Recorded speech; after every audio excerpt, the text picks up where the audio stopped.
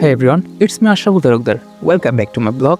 চলুন শুরু করা যাক আজকের জার্নি। কিছুদিন থাকে যেগুলো কেবল সময়ের হিসাবের মধ্যে সীমাবদ্ধ থাকে না, যেগুলো শুধু কাটে না, মনের গভীরে গিয়ে একটা জায়গা করে নেয়। আজকের দিনটা ঠিক ছিল ঠিক তেমনই একটা ছোট যাত্রা, কিন্তু অনেক বড় অনুভূতি। একটা সাধারণ দিন, কিন্তু অসাধারণ কিছু মুহূর্ত। চলুন সেই দিনটার গল্পটা একটু শুরু থেকে অনুভব করি। সকালটা শুরু হয়েছিল খুব সাধারণভাবেই, কিন্তু সেই সাধারণ সকালটাই ধীরে ধীরে অসাধারণ হয়ে উঠলো। আমরা আমাদের গ্রামের পরিচিত পথগুলো পেরিয়ে বের হয়ে পড়লাম একটা নতুন দিনের খোঁজে। তারপর উঠে পড়লাম একটা ট্রলারের বুকে ভেসে চলার সেই অনুভূতি একদম অন্যরকম। চারপাশে শুধু পানি আর হালকা বাতাস। মনে হচ্ছিল যেন এই পৃথিবীর কোনো কিছুরই তাড়া নেই, কোনো চাপ নেই, জীবনটা যেন একটু থেমে গেছে আর আমরা শুধু মুহূর্তটাকে উপভোগ করছিলাম।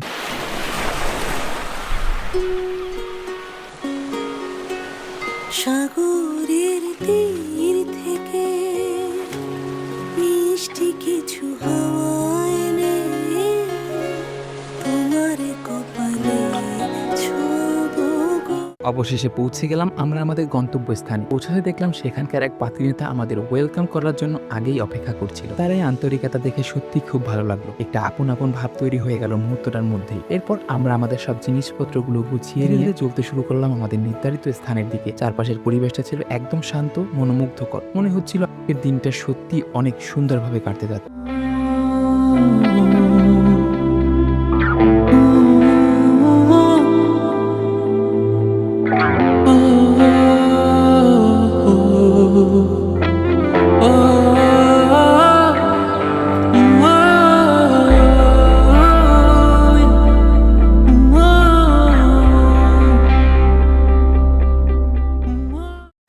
গাইস দেখতে পাচ্ছি আমরা আজকে এইটা দিয়ে কি করব? খ্যাপসা খাবো না ভাই।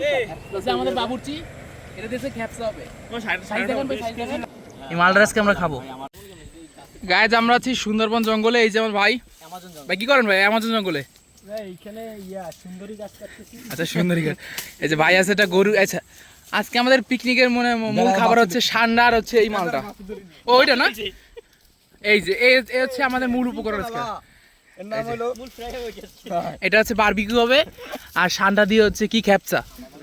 আজকের আইটেম হচ্ছে এটা। একটা নিরিবিলি শান্ত জায়গা, যেখানে শহরের কোনো শব্দ নেই। সেখানে শুরু হলো আমাদের নতুন গল্প। চুলা খোঁড়া, কাঠ জোগাড় করা, আগুন জ্বালানো, ছোট ছোট কাজ, কিন্তু একসাথে করলে এই কাজগুলো হয়ে ওঠে আনন্দের উৎস। কেউ সবজি কাটছে, কেউ আগুন ধরাচ্ছে, কেউ আবার দাঁড়িয়ে শুধু মজা করছে। হাসির শব্দে ভরে উঠলো চারপাশ। মনে হচ্ছিল এই মুহূর্তগুলো কখনোই শেষ না হোক। প্রকৃতির মাঝে নিজেদের হাতে কিছু তৈরি করার যে আনন্দ, সেটা ভাষায় প্রকাশ করা যায় না। এই সিএমপির মুহূর্তটা আসলে জীবনের সবচেয়ে সুখ। নদীর এপারে পৌঁছাতেই সত্যি এক অদ্ভুত শান্তি অনুভব করছিলাম। চারপাশে শুধু সবুজ প্রকৃতি, হালকা বাতাস আর পানির মৃদু শব্দ। কোনো কোলাহল নেই, কোনো ব্যস্ততা নেই। মনে হচ্ছিল এই জায়গাটা আজকের দিনটার জন্য একদম পারফেক্ট একটা ছোট্ট পৃথিবী। কিছুক্ষণ চুপচাপ বসে শুধু চারপাশটা দেখছিলাম আর প্রকৃতির সেই নিরাপত্তার সৌন্দর্যটাকে হৃদয় দিয়ে অনুভব করছিলাম। আমরা সবাই একটু ক্লান্ত ছিলাম। সেই ক্লান্তির মাঝেও যেন এক ধরনের অদ্ভুত প্রশান্তি কাজ করছিল। কেউ নদীর দিক তাকিয়েছিল, কেউ বা আড্ডা দিয়ে মেতে উঠছিল, আবার কেউ শুধু নিজের মতো করে এই মুহূর্তগুলোকে উপভোগ করছিল।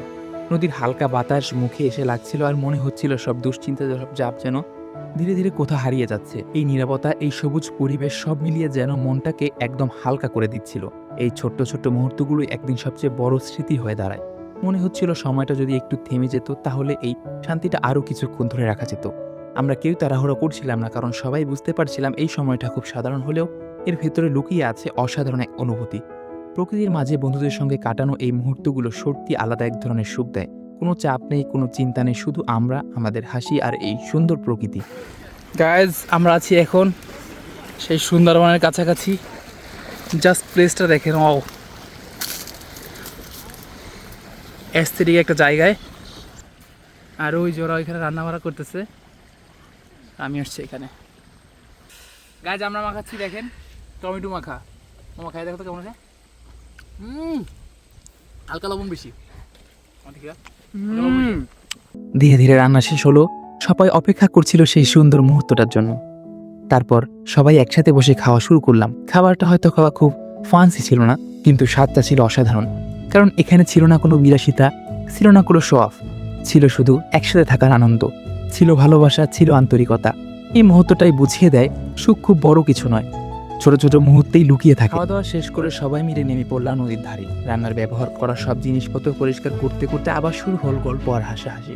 নদীর ঠান্ডা পানিতে হাত ধুতে ধুতে মনে হচ্ছিল সারাদিনের ক্লান্তিটাও ধীরে ধীরে দূর হয়ে যায়। খাওয়া শেষ হতেই শুরু হলো দিনের সবচেয়ে মজার অংশ। এবার নদীতে নামার সময় নদীর ঠান্ডা পানিতে পা দিতেই সব ক্লান্তি সব দুশ্চিন্তা যেন মিলিয়ে গেল। পানি ছেড়ানো, হাসাহাসি, দৌড়াদৌড়ি, পুরো সময়টা ছিল পিওর হ্যাপিনেস। কেউ কাউকে ছেড়ে কথা বলছে না, সবাই নিজের মতো করে আনন্দ মেতে উঠছে। এই ছেলে মানুষই, এই কেয়ারফ্রি মুহূর্তটাই, এগুলো আসলেই জীবনের আসল লাক্সারি। শুধু অনুভব করা যায়, টাকা দিয়ে কেনা যায় না। নদীর সেই শান্ত স্রোতে কিছু সময়ের জন্য যেন হারিয়ে গিয়েছিলাম নিজেদের মাঝেই। নতুন করে নিজেকে খুঁজে পেলাম প্রকৃতির কোলে। আমাদের এই ছোট্ট চ্যাপ্টারটা হয়ে গেল এক অসাধারণ স্মৃতি। সব ক্লান্তি ভুলে মনটা আজও সেই মুহূর্তের আটকে আছে। আসলে প্রকৃতির আসল শান্তি ও প্রশান্তি।